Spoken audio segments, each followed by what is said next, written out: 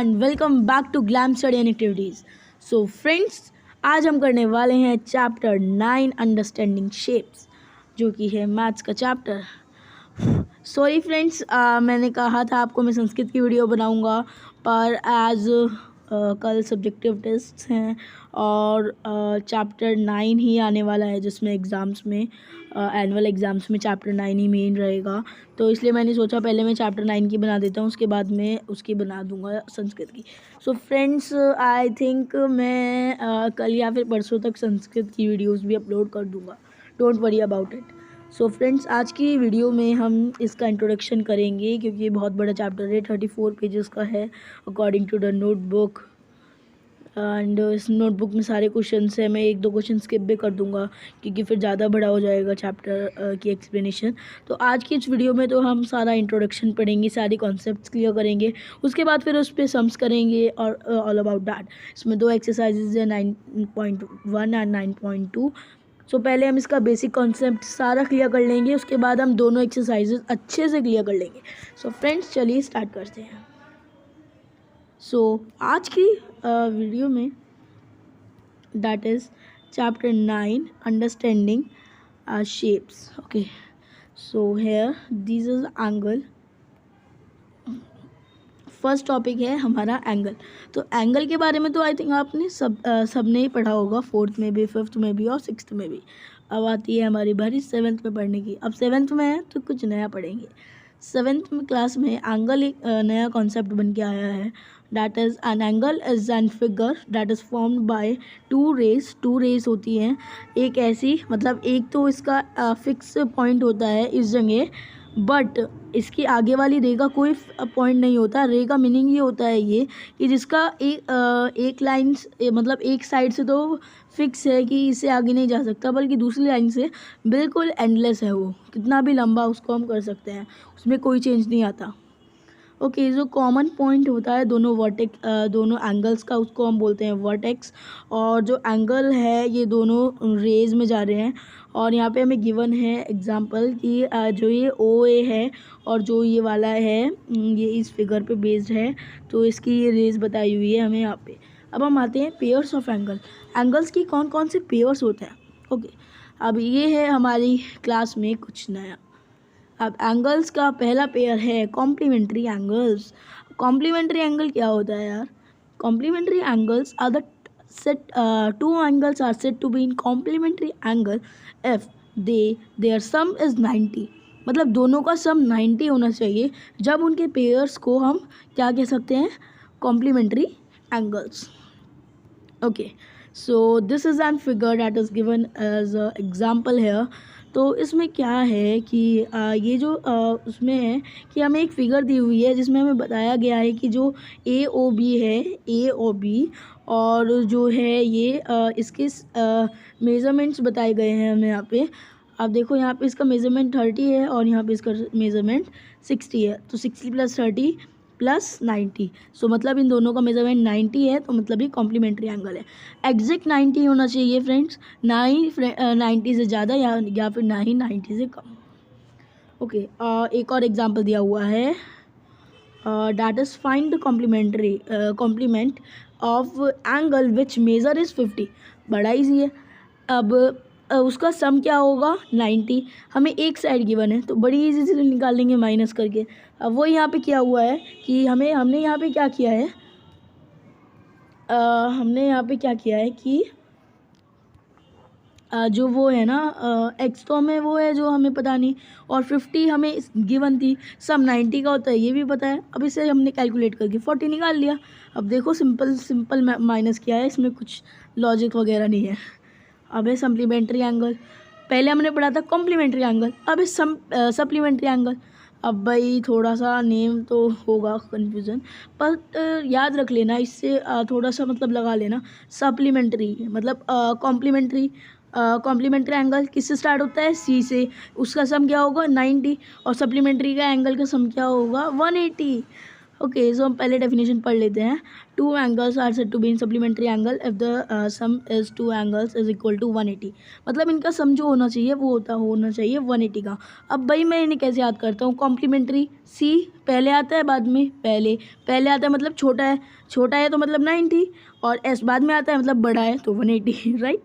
अब ये कुछ सिंपल लॉजिक्स है, अगर आपको इन्हें थोड़े से मतलब इससे क्लियर हो जाता है ज़्यादा।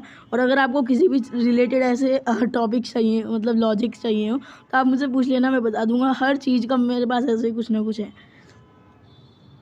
ठीक है। तो इसमें अब क्या है, ये है हमारी सिंगल एक हमारी यहाँ पे है सिंगल पर्टिकुलर रे, और इस रे पे रे नहीं, ये दोनों साइड से ही मतलब एंडलेस है। और हमें यहाँ पर एक इसके ऊपर रे गिवन है और इसके दोनों साइड्स के मेजरमेंट्स गिवन है 45, ये है 45 और ये है 135। अब इन दोनों का हम सम निकाल के देखते हैं, जो कि हमें यहाँ पे गिवन है।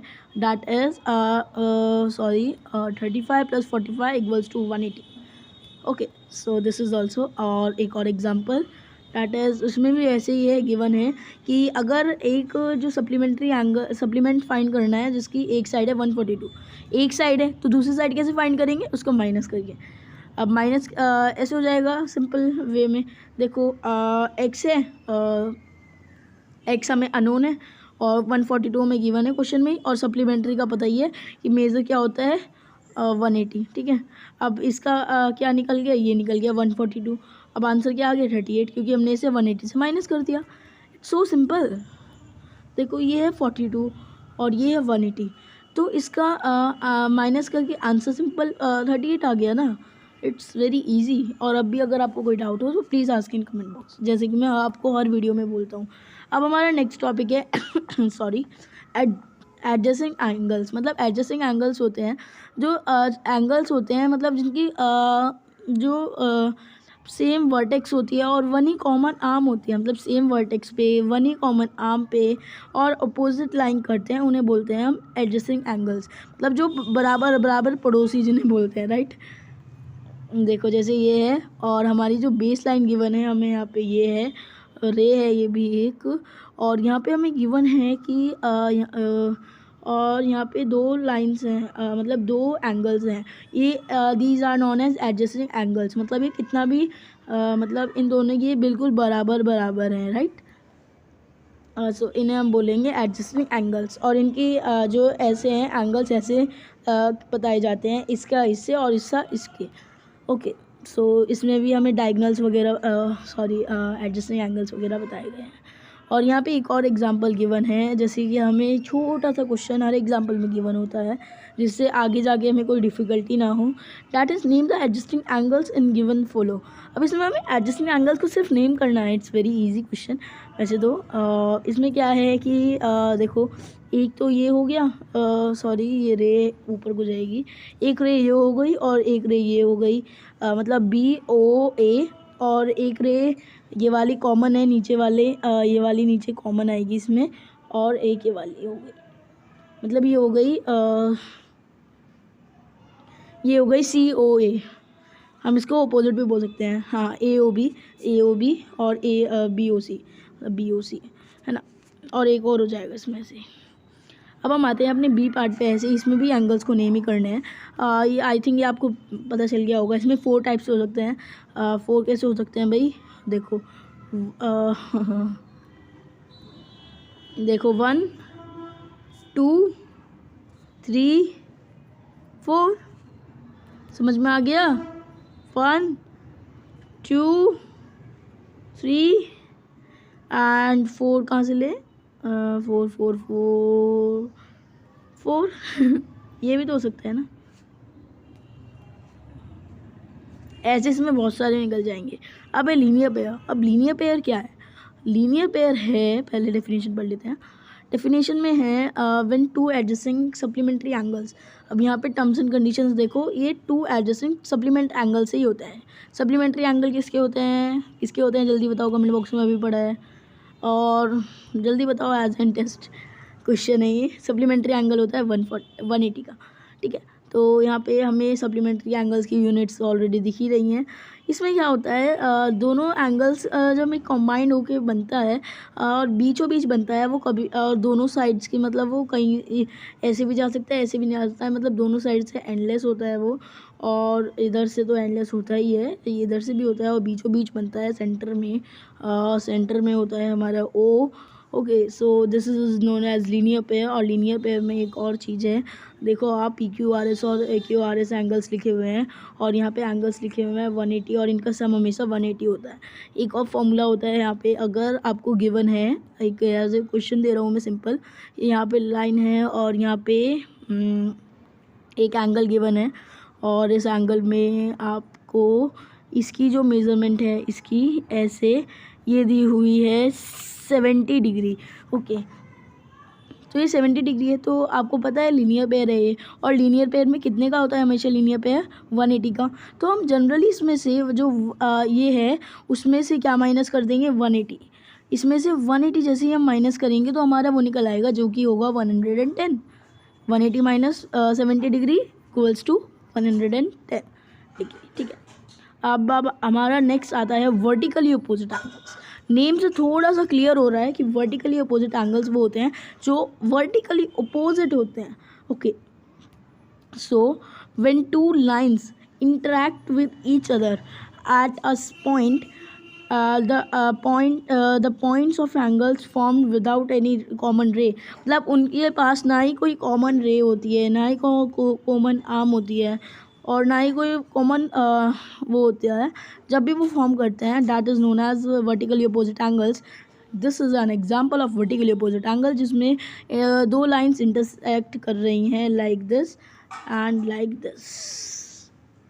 ओके, ऐसे इंटरसेक्ट कर रही है ये लाइन्स, और इसमें क्या है, जो हमारा बीच का पॉइंट होगा उसको हम हमेशा ओ लिखेंगे, और जो ये होता है ये वाला पॉइंट, ये इसे हम बोलते हैं that pot intersecting point. Okay, intersecting point हम इसे बोलते हैं।